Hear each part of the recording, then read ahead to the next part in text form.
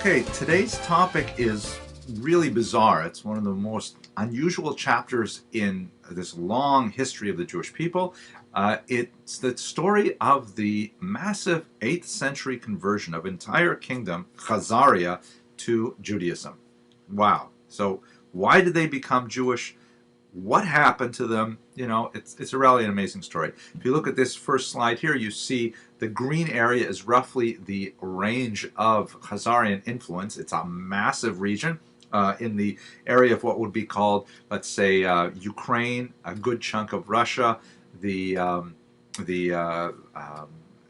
Caucasus mountain regions, Georgia, Azerbaijan, places like that. And this region was Jewish for about 500 years. Wow, how did that happen? And so that's what we're going to talk about today. Let's look at it in a little more detail. So first of all, perhaps you have come across the story of the Khazars through this book, the Sefer HaKuzari, written by the great Spanish Jewish poet Yehuda Halevi. This is a 12th century work that is quite a bit later than the actual conversion of the Khazars, which is dated to the year 740, but it essentially tells the story of why this King Bulan of Khazaria converted to Judaism. Now, what's really important to understand about this, though, is that Rabbi Yehuda Halevi was not trying to write a history book. This is a work of Jewish philosophy. If you want, it's a work of comparative religion. It's not intended to be an accurate historical account of the conversion. The story goes like this, as presented in the Kuzari, but basically, it's, you know, in brief, it really is what happened. This King Bulan, a pagan living in his capital of Itil, which is on the northern part of the Caspian Sea, he wonders about, you know, what is religious verity, and he decides he's going to hear from all of the great monotheistic faiths. He feels like it's time for himself and his people to move on from paganism, and clearly monotheism is a burgeoning trend, and therefore he says, okay, let's find out about, you know, what's going on with the monotheistic faiths. He calls for a debate between the three great Western faiths, that is Christianity, Judaism, and Islam, and he has all of the figures discuss the historical elements of their faith, and ultimately, after he hears all of them, he decides that Judaism makes the most sense, and he converts himself, and his entire nation follows him into Judaism. That's the basic story as presented in the Kuzari. Now, why Rabbi Yehuda Halevi wrote it, and he could only write it really within the very special environment of Spain, which had large Muslim and Christian populations, was to give Jews an opportunity to defend their faith against the arguments of the other two great monotheistic faiths. And by couching it within a historical fact, the conversion of the Khazars to Judaism, he was able to present this rather challenging theological debate within a historical format, but really his main goal was to present the truth of Judaism vis-a-vis its competitors for people's allegiance. So we can't look at the Kuzari as a historical document. It is a work of phenomenal Jewish philosophy, but nevertheless, the basic story is really the core of what happened. But let's go into a little more detail into that. So here's a map of the entire region that you can see that the city of Itil right there on the north of the Kaspisches Meer, which is the Caspian Sea. This happens to be a German document. And they really extend quite far. If you can see up towards the top left, you see Kiev, which according to the great Ukrainianist Omelian Pritsak of Harvard, the late Ukrainianist, he believes that Kiev was actually a Jewish outpost of the Khazars, which is fascinating to think that, you know, the central city of the entire Eastern European civilizations of Ukraine, Belarus, and Russia, what's called the mother of all Russian cities, so to speak, was actually a Jewish trading post to begin with. But nevertheless, you see it goes all the way from Ukraine, right across much of the Don region in Russia, and well into Central Asia. So what exactly happened? We know a little bit more from a 10th century document that was written also in Spain, or it comes to us from Spain. This is a beautiful view of the Alhambra, a very important Spanish palace that many believe was actually constructed by Jewish figures at the time. We'll talk more about that in a later class. The great Jewish diplomat Chastai ibn Shaprut, conducted sort of a survey of major Jewish communities throughout the world, and he sent a request out to Khazaria, and he received 2 responses from a King Joseph, who in fact told the whole story of how Khazaria became Jewish in the year 740, and in fact, this is really the basis for Yehuda Halevi's story. There are a lot of additional details there, but the kernel of the story is, this King Bulan had this 3-way dialogue with Jews, Muslims, and Christians, and in fact ultimately decided to become Jewish. So we have multiple sources that point to the same story of the original conversion of the Khazars.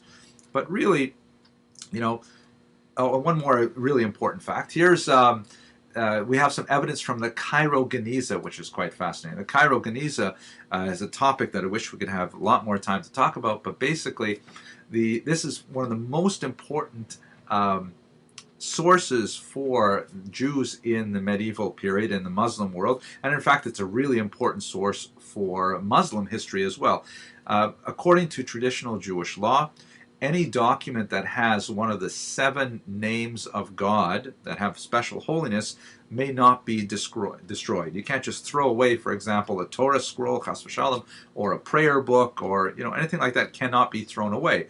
And so the halacha is, then and now, that these things are stored in a special storage area called a geniza, which means basically a storeroom or a treasure house, someplace where you put things that are important.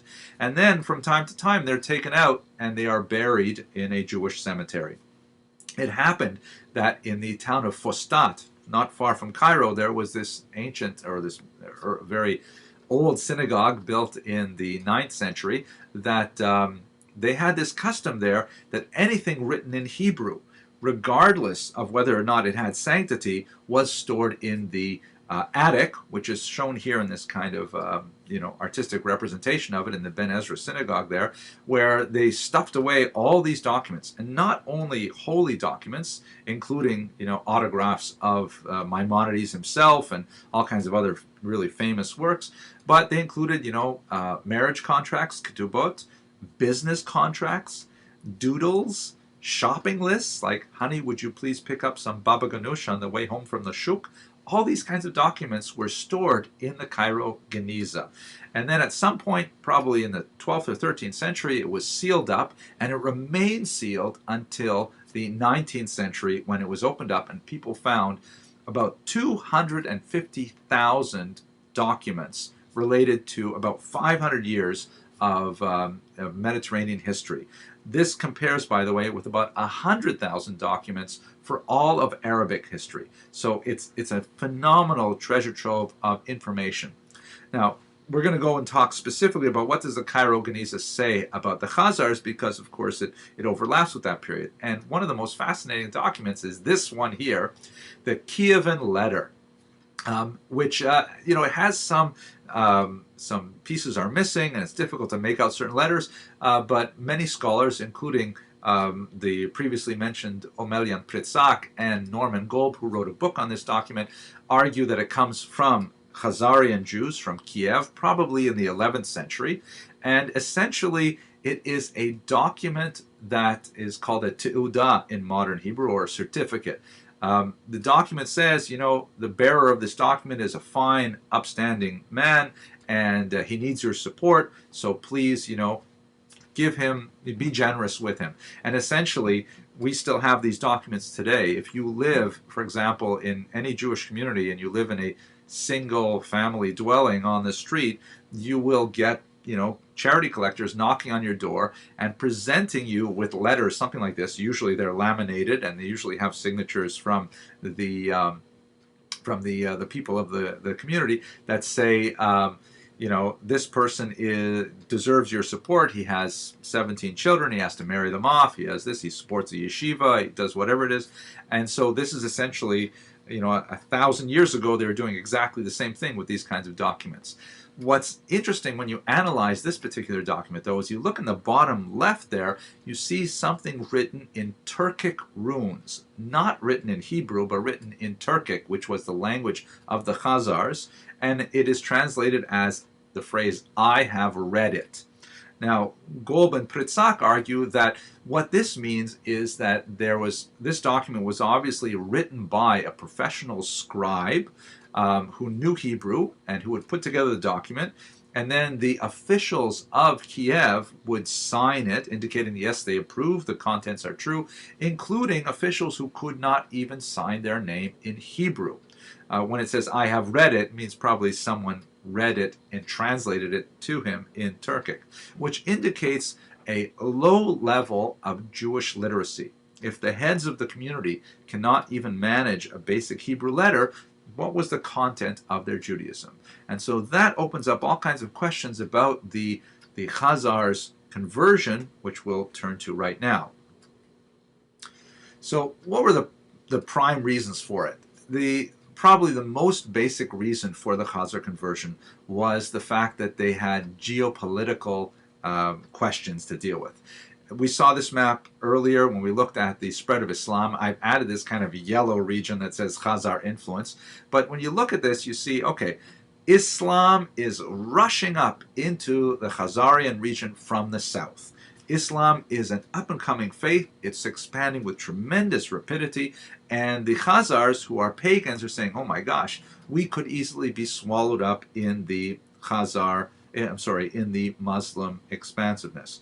At the same time, not really shown here in this map, but I kind of like the colors of it, Christianity is spreading from the west. Christianity has already taken over much of the northern bank of the Mediterranean Sea, and it is steadily making its way into what would later be Ukraine, Belarus, Poland, Russia, and so on. And so the argument is that King Bulan realized, wait a second, if we succumb to Muslim pressures, then we will lose our religious identity, and along with that, we will lose a considerable amount of our political independence. Furthermore, we'll be a borderland region, and we will end up being on the front lines with the spread of Christianity. Similarly, if we were to elect to become Christians, then ultimately we would fall within their geopolitical orbit, and then we would become a borderland to the Muslims, and we would potentially have a political and military dispute with them as well. But Bulan realized that, in fact, both the Christians and the Muslims regarded Jews as a sort of privileged, protected people. The Muslims through the Pact of Umar, the Christians through the Doctrine of Witness, and therefore he said, wait a second, what if we take a moderate approach and we become Jews? Then Muslims will have to, respect our political integrity, at least to some degree, Christians as well, and we can retain our identity within the context of the spread of these other two great monotheistic faiths. That seems to be what he decided, and in fact the Khazars did maintain their independence as a Jewish nation for about 500 years as a result. Still, we have lots of other questions like, wow, they became Jewish? I mean, what happened? Why did they become Jewish besides the geopolitical? How Jewish were they? How come we don't hear anything more about them? I mean, these are all really big questions. So let's look at those right now. So there's evidence from medieval travelers that, in fact, the level of their Jewish commitment was fairly thin. Travelers like Benjamin of Tudela, Petache of Regensburg, talk about the Khazars, and they don't seem to have a lot to say about them. It doesn't seem to really excite their attention that there is this huge Khazar kingdom. Not to mention the Geonic responsa that has survived from Babylon, which is not so far from Khazaria. We don't have too much reference to the Khazars. They don't seem to be really on the radar of the rest of the Jewish world, so much so that we really only hear about them in the 10th century with Chasdai ibn Shaprut. There's some significant question that maybe they didn't practice very basic rituals like circumcision, and that's like one of the most fundamental Jewish rituals. As Jews become assimilated, it's one of the very last rituals to go. Perhaps they were Karaites. Perhaps they practiced a form of Jewish expression that denied the validity of the oral Torah. That's also a possibility. It's kind of lost in the dark. And it's very difficult for us to determine this from the archaeological record. If you see, for example, this coin from early Khazaria, it looks like a Jewish symbol, But the fact is, the Star of David wasn't a Jewish symbol for many, many hundreds of years later. So it's hard to really understand what kind of Judaism they practiced. But the bottom line is they probably were not practicing full rabbinic Judaism as other peoples were. Many scholars feel that perhaps the reality of the Khazar environment was such that only the top layer of society, the royalty, for example, converted to Judaism, and the rest of the population just maintained a nominal kind of attachment to Judaism. All these things are possible as we understand the degree of conversion of the Khazars. Now, what happened to them? So this is kind of an interesting topic that many scholars look at today. Perhaps the most significant argument that really stirs the pot over the Khazars is expressed in this book by the famous author Arthur Koestler, called The 13th Tribe, in which he argues, along with several other scholars, that the Khazars, when they disappeared, they essentially formed the ethnic basis for Eastern European Jewry, known as Ashkenazic Jewry. Most scholars dispute this theory, and in fact they impute less than ideal motivation to those who advance this proposition. But just in brief, why would you argue that the Khazars became Ashkenazi Jewry? Well, because you've got this massive population, and where do they go? I mean, what happens to them? That's the central argument, really, is where do all these Khazars go? We know that they're there until the 13th century, and then all of a sudden they disappear. The problem is there's very little evidence to indicate that the Khazars had any impact on Eastern European Jewry culturally, so it's hard to see any Khazar influence on these people. And at the same time, there's lots of evidence to indicate that Rhineland Jewish civilization, which is the heartland of Ashkenazi Jewry, the word Ashkenaz is associated with the northern German region of Speyer, Worms, and Mainz. There you see lots of evidence, like, for example, linguistic evidence. Why is it that we have no appreciable impact of Turkish or Turkic language on the language of the Jews of Eastern Europe, who spoke overwhelmingly Yiddish as their mother tongue? Yiddish is basically medieval German, so they carried the language with them from medieval Germany into Eastern Europe and Poland and Russia, Ukraine, places like that. And there's a lot of Slavic influence, Russian language and Polish language, Ukrainian language, Belarusian, but very little Turkic. One of the great scholars of the Yiddish language, Max Weinreich, does argue that there may be a few key terms, like, for example, the very popular Yiddish term daven, which means to pray. That does not have a clear Hebraic root, nor Aramaic, nor German. It may be related to a Ukrainian term, a Slavic term, but it's also possible that it comes from a Turkic root. So it's not saying that the influence of the Khazars is completely missing, but there's so little and such tangential evidence that people argue that it's simply not real. More likely, the preponderance of scholarly opinion is that the Khazars had such a thin attachment to Judaism to begin with that in the 13th century they simply abandoned Judaism altogether and assimilated to various indigenous faiths, presumably Christianity eventually, and so on. Now, so what are the perhaps inappropriate scholarly motivations of people who want to argue for this? Some say that the reason why people produce this particular argument is because it undermines the Jewish claim to antiquity through the Middle East in particular. In other words, if Ashkenazic Jewry are really descended primarily from the Khazars, that means they are not ethnically related to the ancient Hebrews of Israel, Abraham, Isaac, Jacob, and so on. And this would mean that they have less legitimacy, as the argument goes, to the land of Israel, and so on.